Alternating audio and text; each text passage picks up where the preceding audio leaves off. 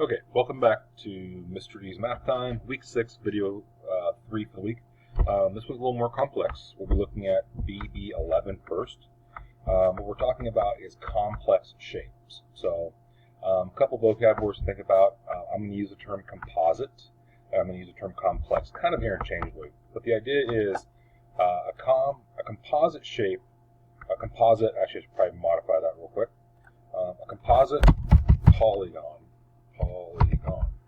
is simply a polygon made up of a couple of polygons. So if I draw a shape like this, there's a polygon, straight sides, closed. Here is another polygon, and these are both just two polygons, right? Well, a complex polygon might look like this, where it has multiple shapes making one new shape. So here's an example on my PowerPoint here. This is what would be a complex shape right here. Okay, and we're going to work on how to find the area of a shape like this. Okay, and BB12 is a different style, so we'll look at that here in a moment. Okay, so BB11 is area of complex shapes. So what we need to do is look at a shape like this and then visualize how can I break this shape up into two shapes to find the area. Sometimes three, depending on the shape. So here's what I want you to do, guys and gals, is look at this shape right here. And can we break this up into a couple of rectangles? Well, the answer is yes, we can. We can do it a couple of ways. So if we look at this bottom shape right here, we want to find, okay, that looks like a nice rectangle right there. And then we have a second rectangle right here. So what we can do is we can treat these areas independently. Look at the top shape up here. I'm going to use 8 by 2 because this 14 measurement, the 14 measurement is this entire length right here. And I only want this much, so from here down. So this much, this whole length right here is only 8, because that's 8 also. So let me clear that off. Oops, let's go. Okay, so what we're going to do is treat this as two polygons. So here's my first polygon. Oops, wrong button. Here's my first polygon, and here's my second polygon. So the key here, guys and gals, is to understand which numbers do I use. I don't want that number at this point because I only want this length, which is 8. So this top polygon, this top rectangle, is 8 by 2, or 16 square feet, or 16 feet squared. That's this top guy right here, okay? Now this bottom portion, I have three numbers again. This is where you got to really pay attention. We know that this bottom shape is 6 tall, so we're going to use that 6 right there because we know the shape is 6 feet tall. And how long is the polygon? Well, this number is 5, but if you look carefully, the 5 is only from here to here. That's not the entire length of this rectangle. I want to use the 7, so we're going to ignore the 5 at this point. So we're going to go 7 times 6, or 6 times 7 feet, which is 42 square feet, or 42 feet squared, and then we have to find the total area. So we're going to add these two areas up. Oops, that was terrible. Right there. So we're going to do 16 plus 42. We have 8 ones, 5 tens. This area should be 52 square feet. Let's plug it in and see what happens. Hopefully, Mr. Edmonds did his math right. Hey, move on. Okay, same deal right here. Take a look at the shape. Break it up into two shapes, and there are two ways to do this. I see a long rectangle right here and a shorter rectangle right here. That's one way to break it up. The second way would be to break it up into a long rectangle down below and a short one on top. It really is your choice, but how you break this composite shape up, this complex shape up, helps determine which numbers to use. So look at this polygon right here, this rectangle, all by itself. I know it's too tall, too wide, 2 inches wide, and I have a 7 and a 9. Remember, this 9 is for the entire side, so I don't want that one. I want to use my 7 here. Okay? There's 14. Now look at this polygon right here. I know it's too tall, so I'm going to 2 inches tall right here. Okay, just going to draw a little bracket here so we see that. And then I know this shape is 7 inches long. All the way the length of the rectangle. Okay, Where you get confused is, well, what about this 5, Mr. Edmonds? We don't use that 5 because that 5 only runs from here to here. So we have this much of the length we haven't accounted for. So next step is, this is 7 by 2, so the other rectangle is also 7 by 2, 14, and do not forget to add this area and this area up. So it's 14 and 14, which is 28 inches squared. So that clears off, 28 inches squared. Okay? So, just another recap of what we looked at. Look at the shape. See how you can break the shape into 2 parts, and then identify the 2 measures. Remember, we're doing area here. And area, we know the formula is, for rectangles and squares, is length times width. That is our formula we've been working on for area. So take a look at this shape for a moment.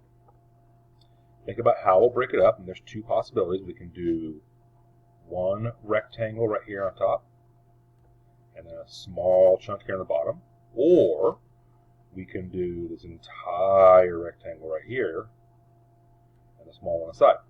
I'm going to go this way, just because I can see the 3 times 4 right here very clearly, so I'm going to use that. So this first one right here I know is 12 inches, inches squared, there's 12 square inches there. The large one now, I see that it's 6 by 11, the entire length is 11 right here.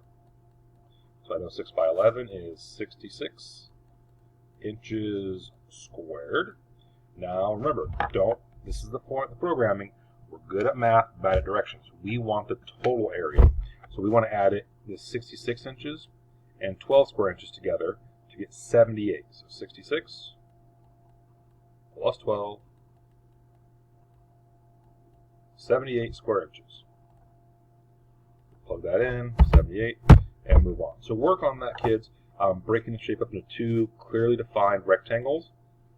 And right here, again, you have choices here. So just make sure you break it up cleanly. I'm going to go one there. So I see it's 14 long by 4. And this one right here is a little square. It's 5 by 5. 5 by 5. Okay? Give BB11 a shot.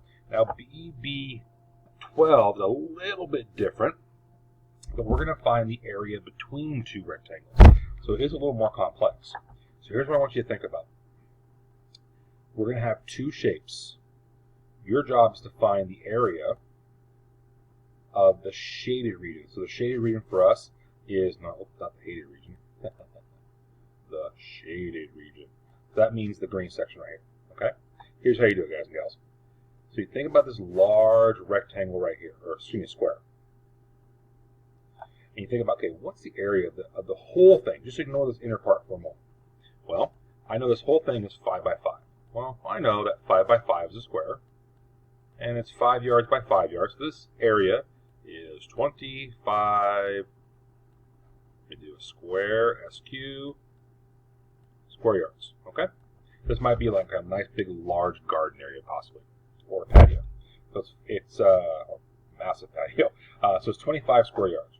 Now, to find the area of the shaded, what you need to do is find the area of the part that's not shaded.